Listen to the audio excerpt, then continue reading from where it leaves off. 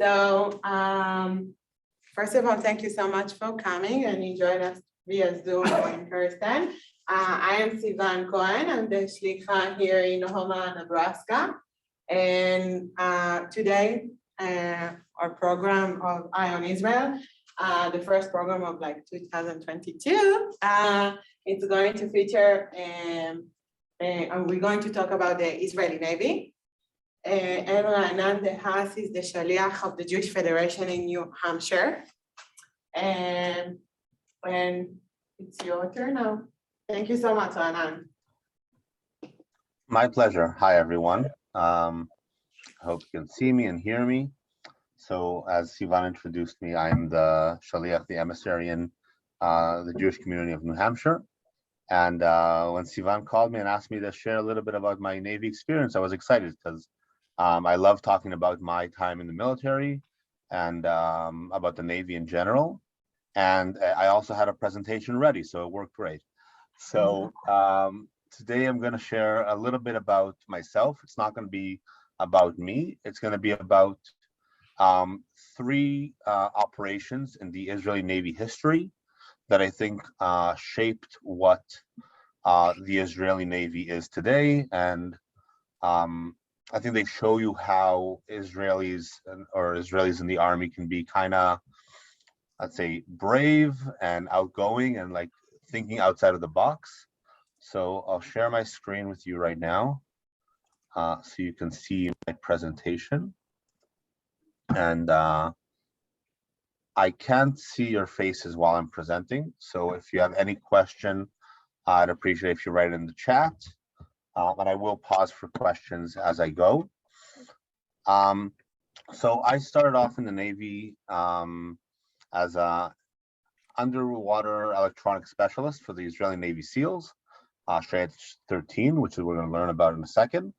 And when I went out to officers training course, I became a Navy Tactical Control Officer, which is a very impressive title for being the guy or one of the people in charge of controlling and monitoring everything going on in the both Israeli waters and abroad when it comes to the Navy. So my first position was on the Gaza Strip. I was in charge of monitoring any maritime traffic around the Gaza Strip with the patrol boats that we were in charge of there. And then for my second position, I was in the Central Command Center of the Israeli Navy,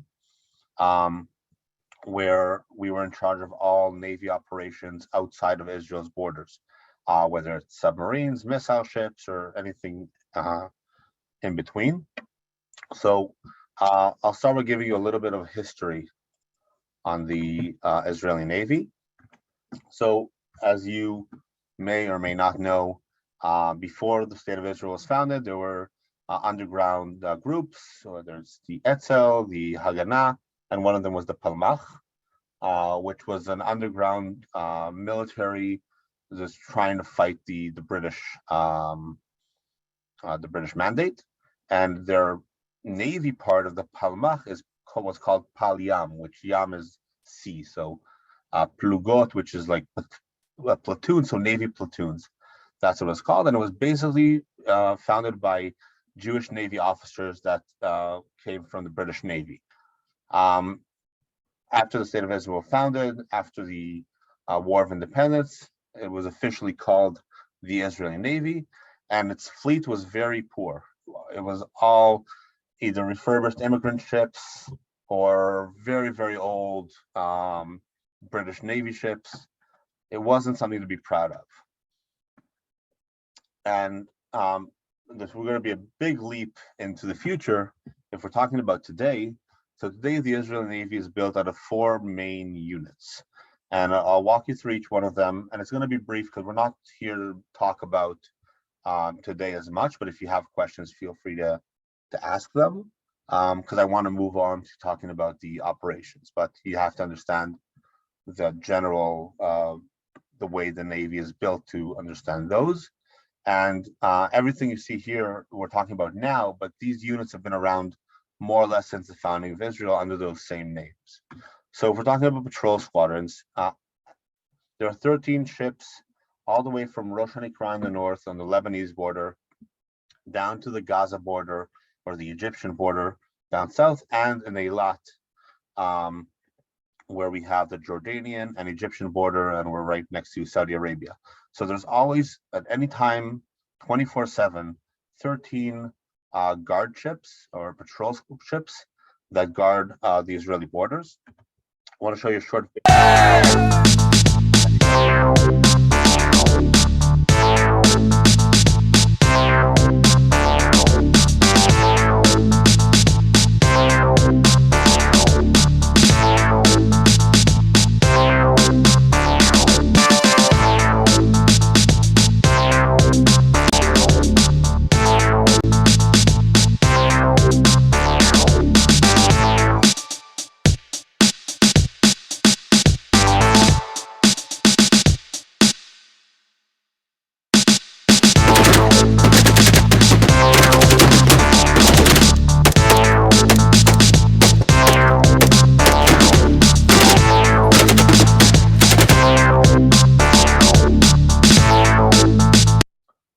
So what's great about the patrol squadron, as you saw, it's a very small vessel, 10 to 13 soldiers, and they're at sea for any time between 24 and 72 hours.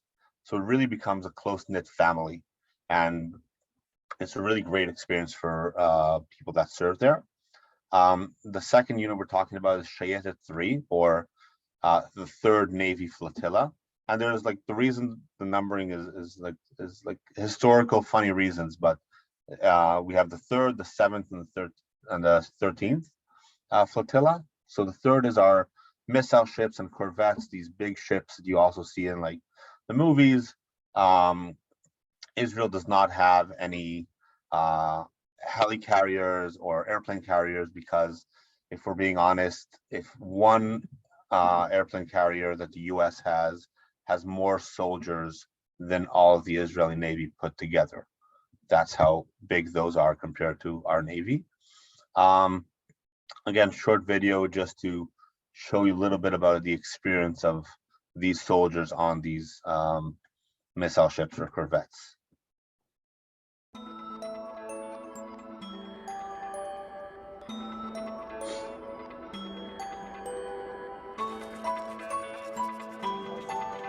You can see like where they sleep is where they eat. It's all a small space.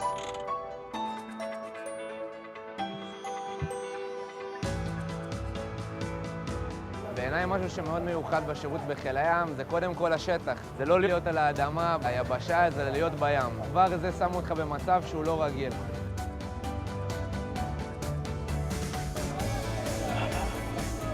חיים פה 60 אנשי צוות על 60 מטר אורך של ספינה. הקשר פה עם אנשים הוא מאוד מאוד חזק.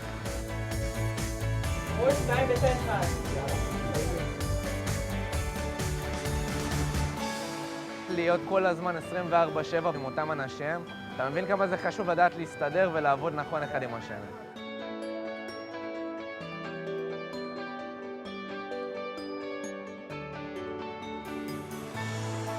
זה שירות מדהים ומיוחד שמי שמחפש גם פיקוד, גם אתגר, גם עבודה עם אנשים, זה הבחירה הכי נכונה בעיניי.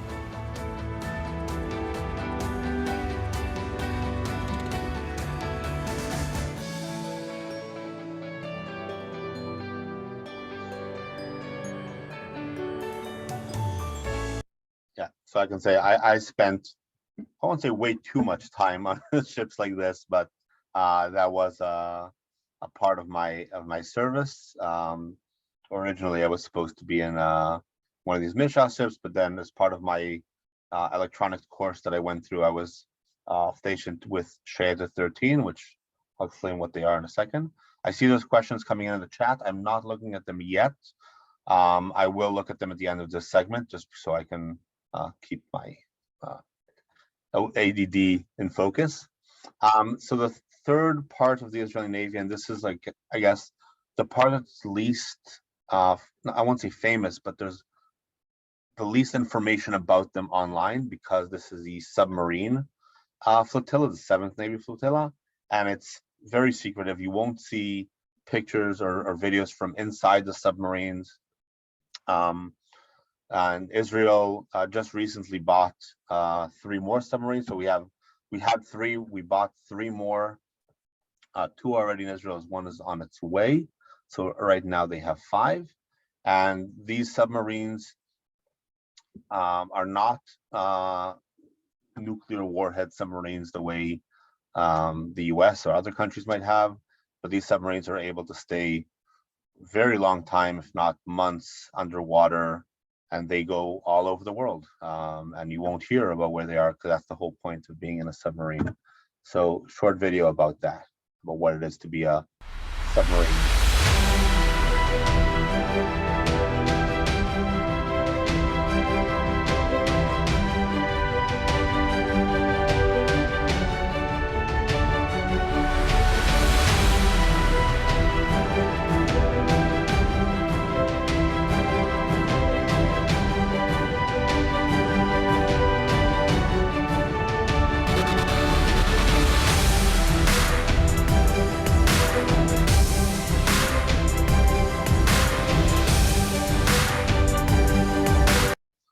As you can see, short video, that's just their 30 seconds about what it is to be a Shayta III, a submarine fighter. Our last unit is our Shayta III, our Shayta III. It's basically the IDF Navy SEALs. And as opposed to the past 3 units where you saw that there were video coming out that are official IDF videos, up to a few years ago, like 20 years ago, the IDF didn't admit that they have this unit. It was a very secretive unit. And, when stuff started coming out with like media or them getting more media coverage, more media attention, they were recognized as an official unit, but they're a very secretive unit. A lot of the times that you'll hear of, did the IDF do this or that, it will be this unit that's operating way into enemy territory. And I'll show you a short video that I found on YouTube that kind of explains what it is. We're not going to watch the whole thing because it's 4 minutes, but I'll show you the first minute of it, explaining a little bit of what this unit does, because it's pretty amazing.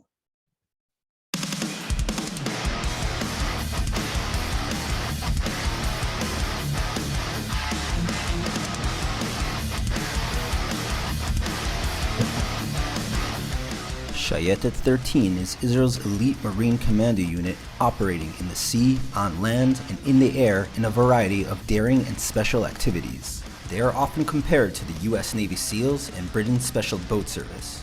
The details of most missions and identities of active operators are highly classified. They are considered to be one of the best units in the world. The unit engages in various operational activities, including strategic damage to enemy maritime structures and gathering high-quality intelligence on enemy operations. Shayta 13 excels in sea-to-land incursions, counterterrorism, sabotage, maritime intelligence gathering, maritime hostage rescue, and boarding. They are the cream of the crop and the tip of the Israeli military spear.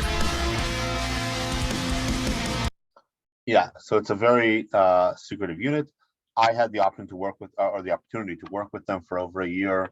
I wasn't a fighter. I was a support team working on all of their underwater electronics, and it was very interesting because I was able to work with them, learn with them, help them, and when eventually there was mission success, you feel part of that. So I'll leave it open now to any questions about the Israeli Navy, just a little background I gave you. If you have questions about me and what I did, I'd love to hear that. I'll read the chat now. Okay. So is there any difference between Shabbat and the rest of the week for people on these ships? So there's something in Israel called pikuach nefesh, which is where saving a life or doing something for emergency services, for example, being a police officer or working in a hospital, that takes precedent over Shabbat. So all the rabbis agree that being in the army, if you're there and you're a fighter and you're in any position, that takes precedence over keeping Shabbat. Obviously, you're not going to have any training on Shabbat because that doesn't take precedent. But if you're on a boat and you're there patrolling or protecting anything that has to do with protecting the border, that takes precedent over Shabbat, and that takes 24/7. I'll say even on Yom Kippur, which is the most holiest day, there are boats out there and there's soldiers that guard or make sure everything stays peaceful. But there won't be any training exercises on Shabbat. There won't be any unnecessary breaking of Shabbat, if that makes sense. If you have any more questions, I'd love to hear them. If not, we'll move into our first operation we're going to talk about, Operation Noah. Okay, perfect. So, Operation Noah, or the way some Israelis, some people might know it as the Cherbourg Project. So a little bit of background about this. We're talking about the 1960s, where Israel, this is after 15 years of Israel being a country and the Navy being around, they really decided that they need to update the fleet.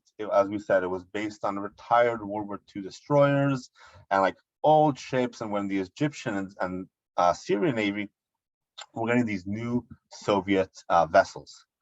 So in 1965, and this is before the Six-Day War, Israel bought 12 missile ships from Germany. From France, using German funds that they were giving us after World War II. And 2 months after the first ship was delivered, we're talking about late 60s, France declared a military embargo on Israel. The reason for that was there was a botched operation that happened that Israel performed in Lebanon, and Lebanon was used to be a French colony, and they were very still connected culturally. So when Israel had an operation in Lebanon that went south, France decided to declare an embargo on Israel, not willing to sell or to provide any weapons to Israel. There were so many loopholes in this agreement. Some of them were on purpose by the French not 100% committing to this embargo. And with those loopholes, we were able to get 6 of those 12 ships, or 6 more, 7 ships total. But on January 4th, 1969, France closed all these loopholes, and the remaining ships were not going to be supplied. So we're talking about post Six-Day War, pre Yom Kippur War. We were not going to get these ships that we needed to protect our waters. And Operation Noah was the mission to bring these 5 ships back to Israel. So I'll walk you through the timeline, and this is pretty interesting. So as we said, January 4th, 1969, loopholes are closed. We are now not able to get the remaining ships. And as we said, we needed them. These are 5 ships that were crucial for Israeli defense. So in February 69, right at the beginning of the new year, it was decided together with the mayor of Cherbourg, which is northern French city, which was the harbor where the ships were being built. They decided to continue building them. And the quote was, "We'll find a creative solution to work around it later." But we still wanted the ships to be built. We still wanted the people of Cherbourg to have the job, because a lot of the economy in that city was around the port and the harbor. And the Germans who were paying for the ship were still willing to pay for them. So we were still funding the build of these 5 ships. And in June 69, later that year, Charles de Gaulle, who was the new French president, Charles de Gaulle was replaced by Georges Pompidou, and he campaigned on erasing the embargo. He campaigned on going back and letting Israel buy or gain those ships, and there was a whole big thing. But eventually, it was all blank promises. After he was elected, they realized, okay, nothing. We need to take care of ourselves, and there was a need for, as they quoted as saying, a cunning operation that would be legal, because we did not want to harm the people of Cherbourg, and we did not want to get in war with the French. That's the last thing we need, is a big issue going on with a European country. So we had to find a loophole to make it legal. And the plan was to sell these ships to a third-party front company that was run and operated and funded by the Mossad, and then have that company resell it to Israel. And it was a whole big thing. And you're thinking, oh yeah, that makes sense. I've seen this in the movies. But we're talking about the late 60s here. Before this was like a Hollywood thing of like, let's sell ships to, or let's find a front company that will sell it and resell it. We'll have a loop around. This is like pre-Hollywood coming up with these things. This was actually real life.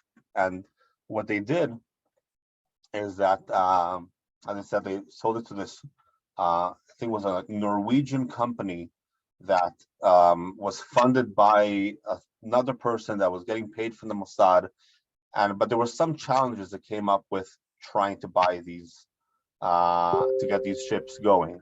And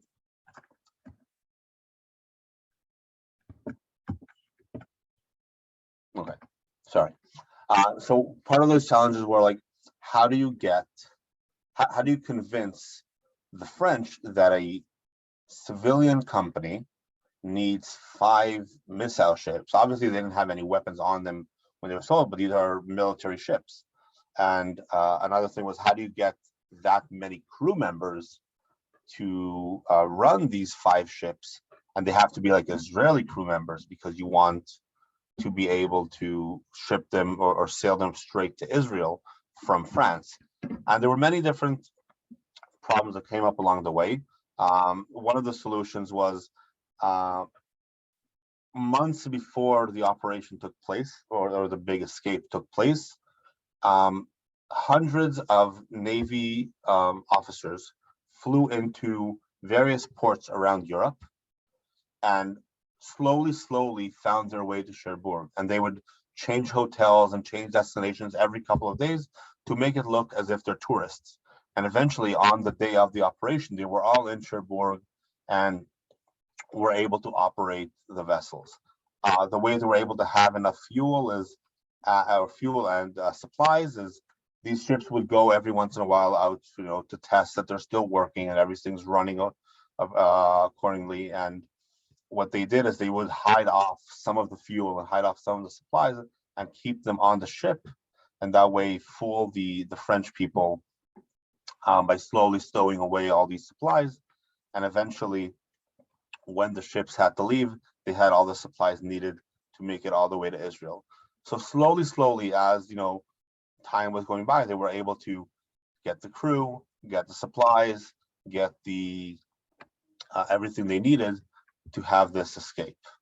So what actually happened? On December 20th, end of 1969, we got the final approval to sell the ships to this third company. So once the French were agreed to this trade, and Israel was playing this hard game of saying, we don't want it to be sold to that company because these are our ships, and they were having like this whole Hollywood dramatic situation. But eventually, Israel agreed that these ships will be sold to this Norwegian company. And I think part of Israel being all like, oh, we don't want this to happen, but eventually agreeing, showed the French that, oh, okay, this is not a con. Israel really doesn't want this to happen, but this is the only way. So sold to the French, the third party, plan is in motion. And the decision to do it was on the night of December 24th, going on to December 25th, because as you know, and this is recently, it was Christmas.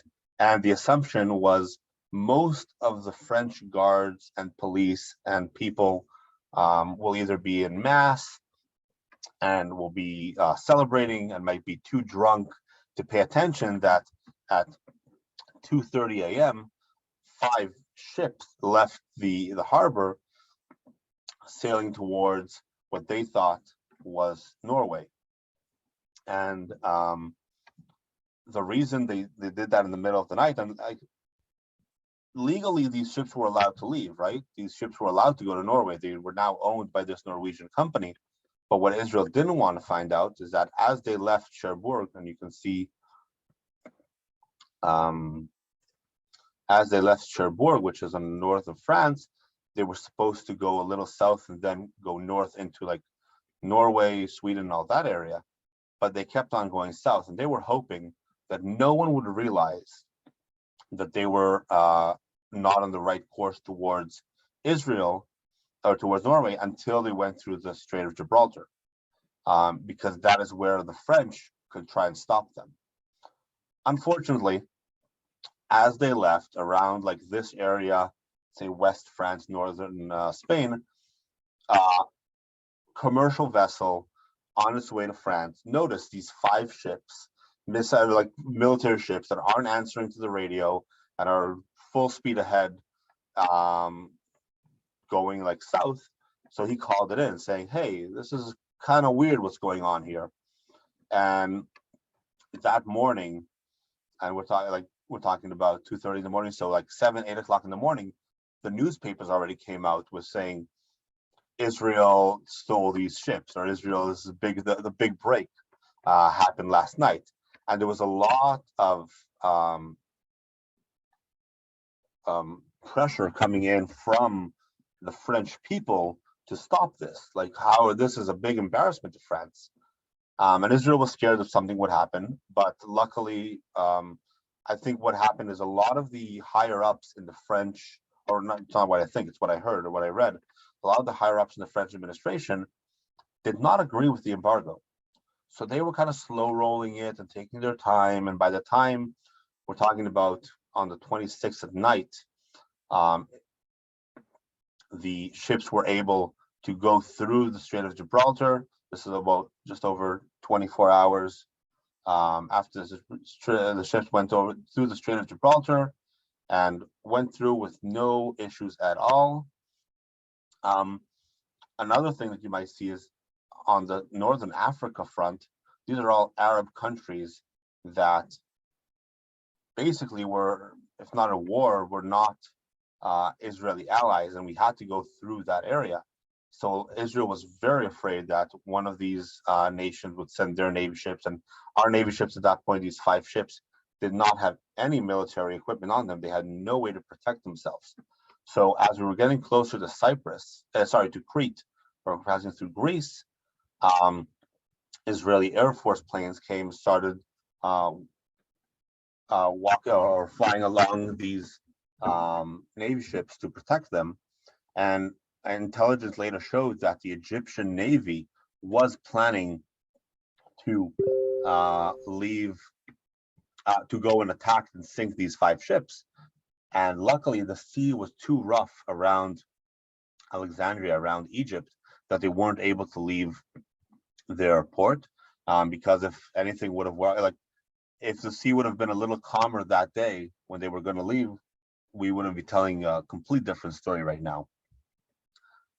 As I'm sure you assume happened, at the end of December, or December 31st, right before New Year's, these ships got into the port of Haifa, and it was a big celebration, and we're a big welcome party in the port of Haifa. The original plan was to keep it hushed, like not have anyone there, have them come in at the dead of night with no one knowing these 5 ships came in, and then to try to work diplomatic relations with France before we announce it. But since this was already world news that Israel did it, we decided, like, let's go big. Let's make this a big military operation success and show the world what Israel has done. There we go. So, as we said, December 31st, 1969, all 5 ships entered the port of Haifa. Mission success. The outcome of this, so originally the French were very, officially they were very, very displeased and disappointed and mad that Israel did this. But on back channels and like not publicly, the French, as I said before, the administration, the higher ups in the administration agreed that this embargo was unjustified because Israel paid for these ships. They were officially theirs. And then suddenly you're changing the rules as we go. So there was no real repercussion. The big repercussion was actually with Norway, because Israel used their name on the their company, and that was a little bit of a diplomatic issue, but as I'm sure you assume, like it was easily resolved. And that shows you, if I'm talking about like, if I'm talking about like Israel being kind of bold in their work, being able to, and this is within just over a year, being able to come out and say, yeah, we're going to make this happen, because that's the Israeli mentality. Because not only do we need these ships, and they're ours, so if they're not going to give it to us, we're just going to take them. And there are a lot of small stories of like how this could have gone wrong, a lot of things that actually worked out to better, and we could go into this story for days and how amazingly bold these people were. Emily asked if there's a movie or a documentary about Operation Noah. I don't know of a movie or that not that I know of. There's a big Wikipedia article about this. That's where I got a lot of information. I will say there's not that much on it in English. I was able to read a lot of it in Hebrew, and there's a lot more documentation in Hebrew about this. But the reason I chose this operation is not only that I feel it's bold, I feel like people don't know of it that much. Like I picked the two operations that I picked are very significant in Navy history, but they don't have that much coverage for many reasons. So I'm sure you can find information about it. I'm not sure if there's a book or a documentary, but that's it. Any other questions about Operation Noah or the Cherbourg project? If there's anything coming from the room, also Sivan or something, let me know, because I can't see Ra'anan? Yeah. It's a wonderful Christmas story. It's definitely Great. It It definitely should be a Christmas, a Jewish Christmas movie. A Hallmark movie. it certainly increases my admiration for Israel even more so. Yeah. Really. I think, as Ra'anan says, it's the Israeli mindset. If we need it, we do it, right? I think we should start a new tradition that instead of eating Chinese food for Christmas, now we eat French food.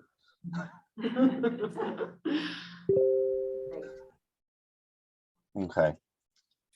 So Operation Noah, very bold, very strategic, very outgoing, but it wasn't really a military operation, right? It was like more of a intelligence operation, bold.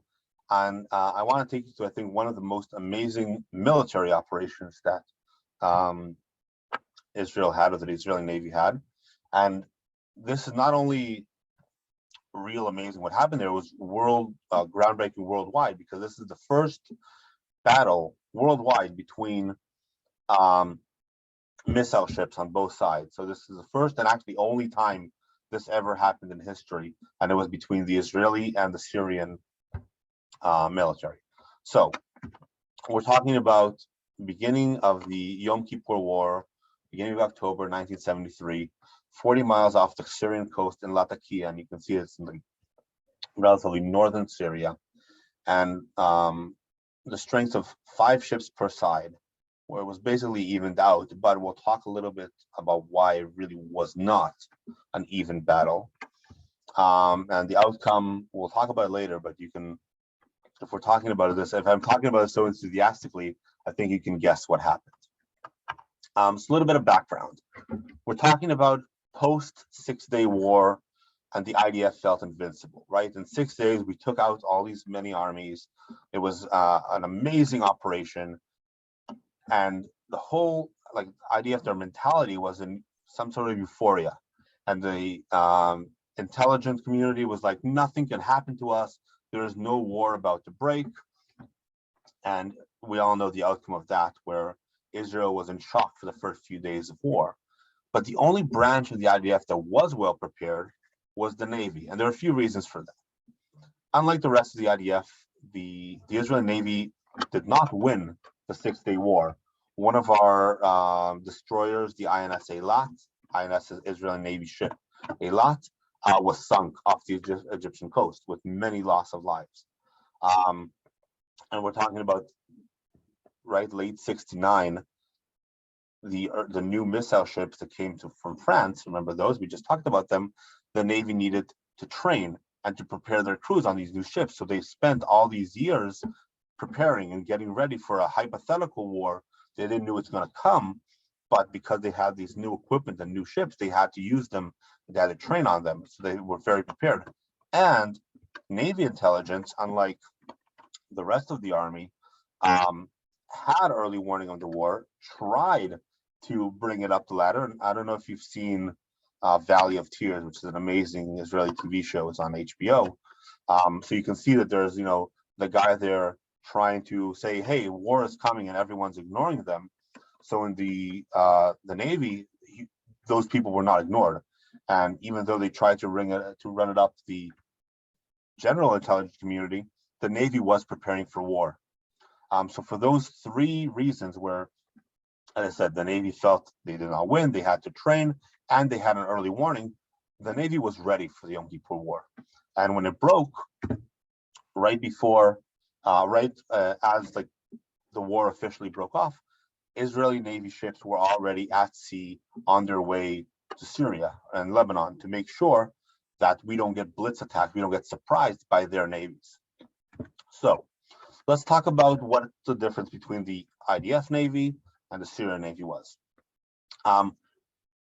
So we had more missile ships than them, but they had a much bigger fleet with 2 minesweepers and torpedo boats, so we had no way to fight against.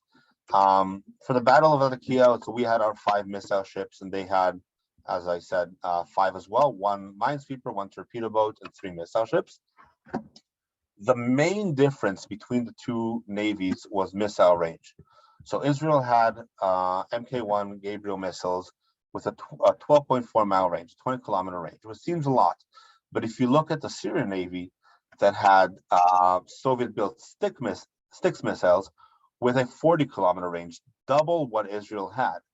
And even though Israel had an anti-missile system, it was never battle tested. It was never even not battle tested because it was so new. So they had no idea if it would work. And when the Syrian Navy did have technology, Soviet technology, it's unknown exactly what they had on their ships at the time of the battle. So I think the main difference you can see here is missile range. And if we're talking about, while Syria can easily hit Israeli ships have nothing against them to fight back. And that was the big issue with the plan, with the operation. So I'll walk you through a video, and we're going to see that it's in Hebrew, so I'm not going to play the audio, but I'll explain to you exactly what happened. But there we go. So as we said, that night, the 5 Israeli ships were on their way north to protect the northern border with Syria and Lebanon. Lebanon at that point, or even still today, does not have a big or a strong navy, so they weren't really an adversary against Israel. The big strong navy up north is Syria, and that's what they were on their way to protect. As they're patrolling north, they discover a minesweeper, and what the minesweeper was going to do, it was trying to put mines all the way across the Syrian border, so when Israeli Navy ships come, they'd be picked up by mines. So these 5 ships right away go and discover the minesweeper and start shooting it down, and that's fine. It was relatively an easy battle going on. As that was happening, they discovered this torpedo boat. So again, one of these ships was stayed behind to finish sinking the minesweeper, and these four missile ships went towards this torpedo boat. They were trying to use, as that was happening, they were trying to fire from the torpedo boat to the ships. They were using anti-missile technology, as I said, not battle tested. First time using it, it worked. And they started sinking this torpedo ship. But what's interesting is, and you can see these 3 dots on the bottom of the stream coming north, this was all part of a Syrian plan. So they sent these two ships as decoys because they expected Israel Navy to come. And 3 Syrian missile ships were waiting in a hidden area where they weren't discovered. And as the Israeli ships were too north to be able to retreat back to Israel without being hit, and were in their missile range but not in Israeli missile range, they started shooting those Styx missiles towards the ships. So as you can see here, the anti-missile thing that was used, it worked, but they realized we can't attack these ships. We're sitting ducks, right? Eventually they'll hit us. So as they sunk the torpedo ship, they realized that the only option they had was full steam ahead towards these Syrian vessels. And once they were full steam ahead, the Syrian missiles were flying overhead. They were missing us because they were trying to hit where we were and not where we're going to be. Once the Israeli ships got into missile range, they stopped and started firing their Gabriel missiles, hitting all 3 of them, sinking 2, and one of them was able to flee back to shore, but it got beached. So that ship was out of commission as well. And the amazing thing here is, if we're talking about these 5 ships then going back to Israel, is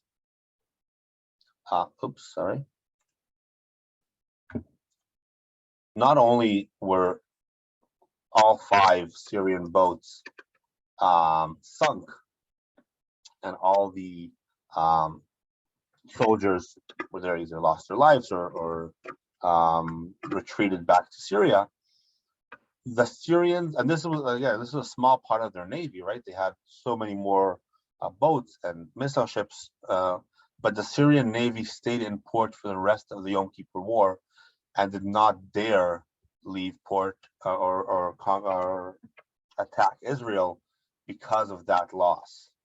And you could see that the way they were waiting here is they wanted our ships to be disconnected from Israel, from a way to like retreat back into Israel and get either more supplies or more weapons to attack them. But the fact that they were able to do that with no loss to Israeli life, none of their missiles hit, none of our soldiers had any injury or anything. It was an amazing accomplishment, and which made worldwide news because this was the first ever attack between missile ship to missile ship in the world. I'll say the first ever attack of a missile ship towards any other ship was on the 6-Day War, when the Egyptians used their missile ship to take down our destroyer. And that was again another. So Israel's in the news twice in the Navy history, once on the winning side and once on the losing side. So yeah, as I said, all 5 were destroyed with an unknown number of casualties, and it was an amazing victory for the Israeli Navy. So even though a lot of people look at the Yom Kippur War as a tragedy and a surprise, and it's a blitz attack that these armies had against us, Israeli Navy was actually prepared and was actually preparing for this war to come. And I'd love to answer any questions that you have about the Battle of the Takia. So Mark asked if Michel's ships move rapidly. I don't know how much of them miles per hour, or actually kilometers per hour. They can travel, and depending on the size and the thing, about 30 knots if they're full steam ahead. The average speeds they usually use when they're just regular patrol is around 15 to 20 knots. The small patrol boats can go up to 40 and 50 knots. So I don't know exactly how much that is in miles per hour, but feel free to Google that. But they are relatively fast, right? We're talking about big, huge aircraft carriers. They're very slow. Any more questions about the Battle of Latakia, or comments or anything from the people in person there? I'd love to answer that.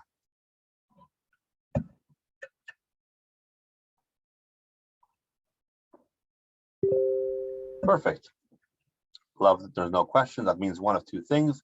Either I'm רגע, very רגע, clear. רענני, יש לנו שאלות בצ'אט. I didn't see any question in the chat. Emily asks, might be Oh, slightly I off see. topic, but do Israeli children learn about this in school?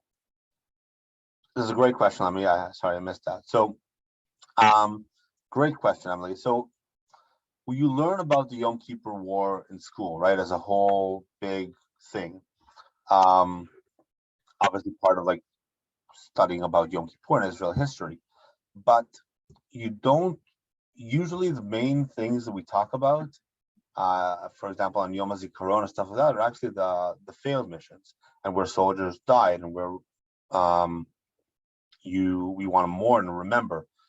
I don't remember learning this in school or any of these, or I learned this when I was in the Navy and they were trying to teach us about past operations, good and bad. So no, I don't think we learn this in school unless, your teacher was in the Navy and he wants to give you an anecdote about something. I'm sure there's schools that do learn this, but no, it's not part of what we study.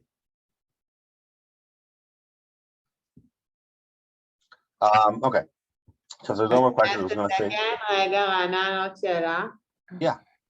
Are there any other Arab navies to be considered? Yes, the Egyptian Navy.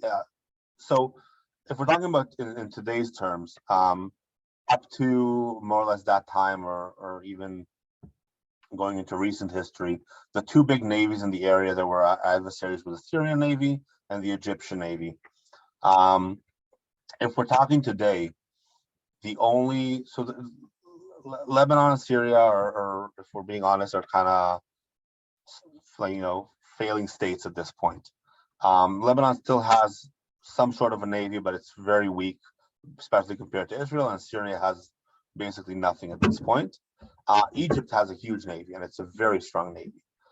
Luckily, we are in peace with them. And Jordan has a navy, but it's not a real offensive navy because they have a very small shoreline down in the southern Israel in the Eilat border. So they have more of a patrolling, defense navy more than an offense navy. Saudi Arabia has a huge navy, but most of it is on the Iranian Gulf side than on the Israeli side. And isn't it also so that Russian Navy is now in place in Syria? Absolutely. Latakia right now, if I'm not wrong, is a Russian port, or it's becoming a Russian port in Syria. Yeah, Russia is making a presence in the Middle East with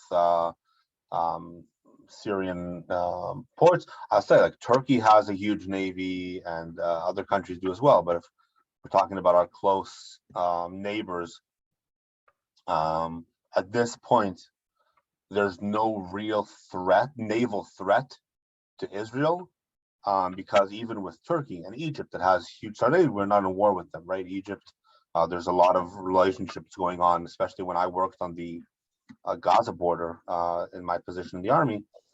There was a lot of communication going back and forth, mainly about smuggling, right? Because that border was used to smuggle drugs and not even like rockets, stuff like that, just general criminal activity. So there was a lot of work with the Egyptian Navy to try to stop that. And luckily that Arab superpower, Egypt, is in a peace treaty with Israel and good relations. Obviously, Iran has a huge navy. It's a very strong navy, and we would not want to have a navy battle with them. But I do believe it's not about how much you have, but what you have. But yeah, history is Egypt and Syria were the big navy adversaries. Any more questions coming from the room or from the chat? Perfect. Okay, we're 50 minutes in. I have 10 more minutes left, but I'll try to I might go a little over, and I apologize, Sivan, and for everyone else here. The next thing I want to talk to you about is weapons ships takeovers. This is not a specific operation, but it's a change of mentality, it's a change of mission, basically.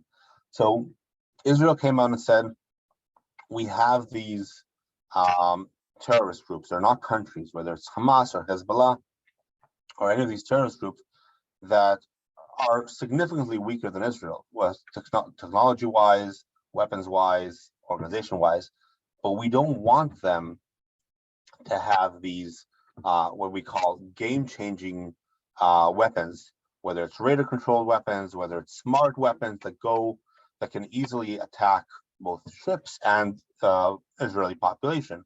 Because once they have those, as we said, it's a game changer. It's a new ballpark. Because once we have more casualties, we'll have to retaliate, and they will have more casualties, and we don't want that. So as long as they're using their, I'd say, like, if the opposite of smart weapon is like a dumb weapon where it's point and shoot, and it's not it can't easily either heat seek or radar seek, it's still an easier battle to defend, and it's, I guess, stops the bloodshed on both sides. So I'll show you two videos here about one of the first, one video about this one, another two videos about another one, about one of the first weapons seizures that Israel had. إن إسرائيل بدأت العد العكسي لنهايتها إن شاء الله. The Hamas terrorist organization that controls Gaza frequently attempts to kill Israeli civilians through the use of rockets, mortars, missiles, gunfire, and suicide bombings. In April this year, Gazan terrorists killed a 16-year-old boy when they hit a school bus in southern Israel using a precision-guided anti-tank missile. Terrorists in Gaza are constantly attempting to smuggle weapons into the Strip, either by land or via the sea. In 2002, the Karine A was intercepted on its way to deliver 50 tons of weaponry to Hamas. The Victoria, a vessel found carrying weaponry, was intercepted by the IDF on March 15, 2011.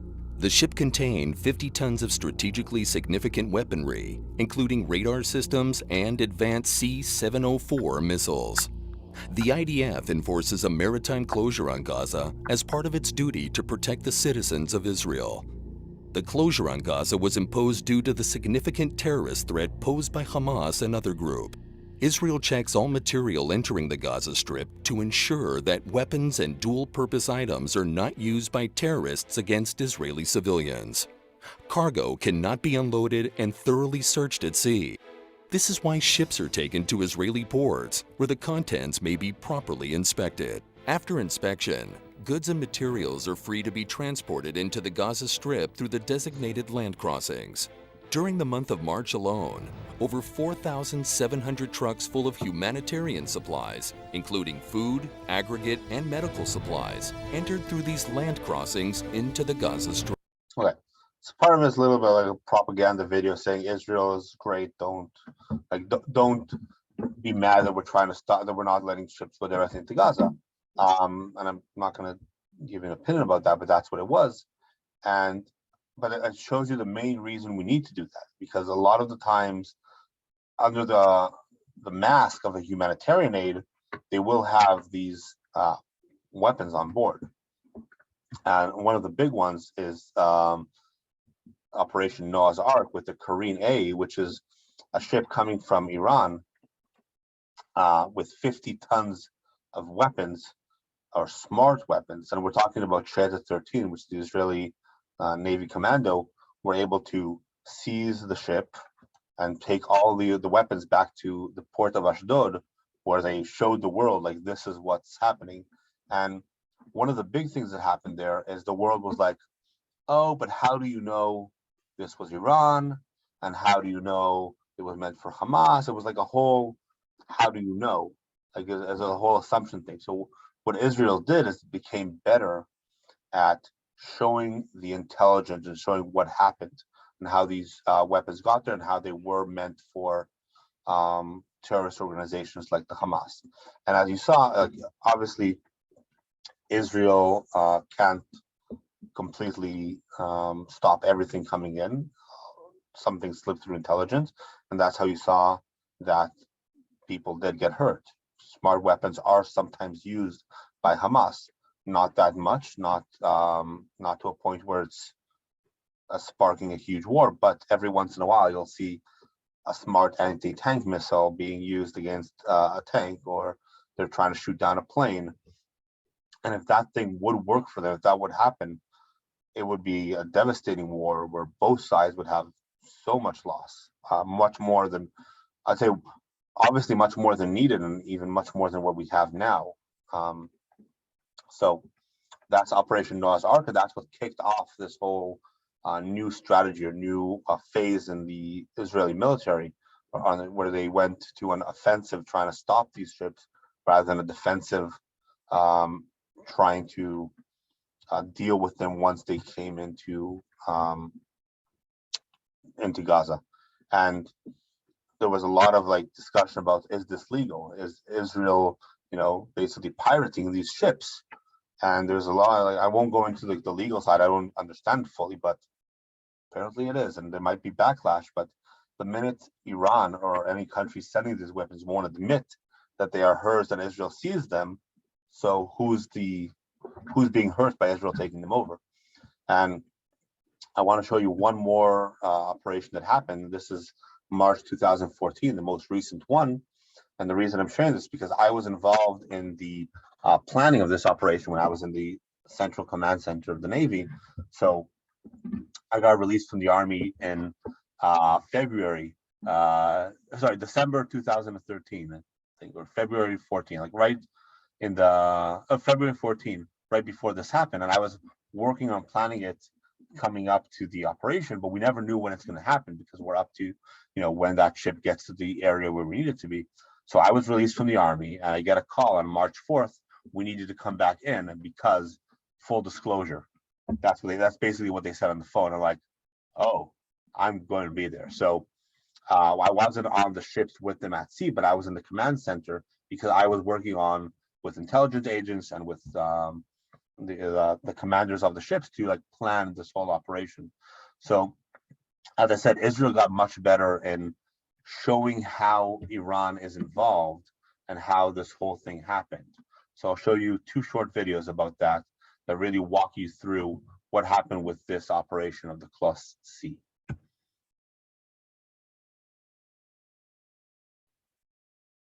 I think this is a video with no audio, but as you can see, they come on the ship.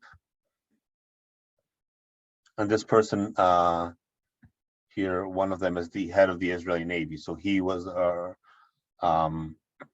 with them on the ship controlling this. And a lot of times the captain of the ship, the crew have no idea what they're carrying because they're not involved. They're just, a commercial company trying to bring, supply goods from one side to the other. And you can see this is an Iranian supply with cement, which cement could be very civilian, nothing wrong with cement. But then under that, you see these huge missiles coming through. And once they found them, and we got this footage live of them finding this, we were, because intelligence could go up to a certain limit. We don't know exactly what's on there until we actually seize it. So the ability to have that mission success and find those militaries, we were pretty excited. We managed to stop that weapon shipment. And the second video I'll show you, it's more of a, as I said, propaganda video, but really explaining what happened there to show the world how Iran was involved. Several months ago, Israeli intelligence identifies activity in Syria, a weapon shipment departing the Damascus International Airport. The shipment contained Syrian-made M302 rockets intended for use against Israeli civilians by terror groups in the Gaza Strip. The rockets are flown out to the Iranian capital, Tehran. As in previous smuggling attempts of this kind, the rockets are disguised amongst regular cargo crates. The crates containing the weapons are marked with a white stripe on their hull. From Tehran, the crates are sent to Bandar Abbas port in southern Iran, where they're loaded on a civilian vessel, the Class C. The ship's crew is unknowingly delivering weapons to terrorists. The next stop is Qasr port in Iraq, where more civilian cargo crates are loaded. They are intended to complete falsification of the shipment and obscure the Iranian connection. This delayed the ship for 5 more days. The ship is headed for Port Sudan, but is stopped before reaching its destination. Israeli naval forces intercept the vessel and prevent the weapons from reaching the Gaza Strip. Without this initiative, the rockets would have been smuggled via land through the Sinai Peninsula and into Gaza. There, they would have been used by terror groups to threaten innocent civilians in major population centers, including Jerusalem and Tel Aviv.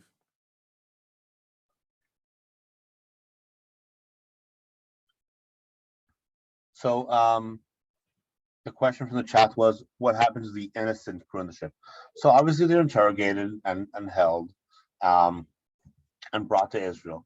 But really, most of the time, they know nothing about this. They're, a bunch of sailors and maybe the captain that's trying to go from point A to B and get paid to deliver goods and like civilian goods. They're not trying to get into Gaza. They're going to Sudan from Iran or Iraq. And that's like completely legal, but then Iran puts stuff on board that they don't disclose in like the manifest, so they don't get in trouble, or they don't get charged or something like that, because it's really known that this is an Iranian attempt. I'd love to hear if you have any more questions in general about the Navy. This is my presentation about Israeli Navy operations. If you have any questions or anything you'd like to share or ask, I am more than willing to answer them. I'll stop the share now so I can see you and you can see me, or I don't know if you've seen me before, but so I can see you guys. And if there's anything you have to say, I'd love to hear it.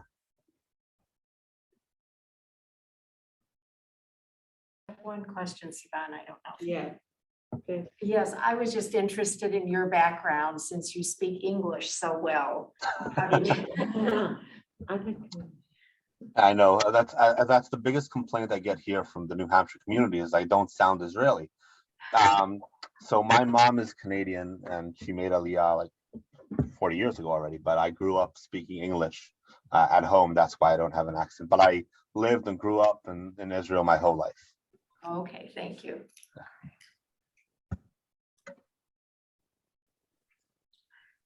בסוף מחפשים אותנטיות. Yeah, they say I'm not a real Israeli experience because I don't have the accent. Any more questions from the group, from the Zoom? Yes. So is Hebrew a second language for me? No, I'm completely fluent in Hebrew and in English. I don't know which one is a second language. And they say, like, what language do you think in, or what language do you dream in? It depends on what I'm dreaming and what I'm thinking. It could be in either one of them. It's a funny question, but that's like how it is sometimes.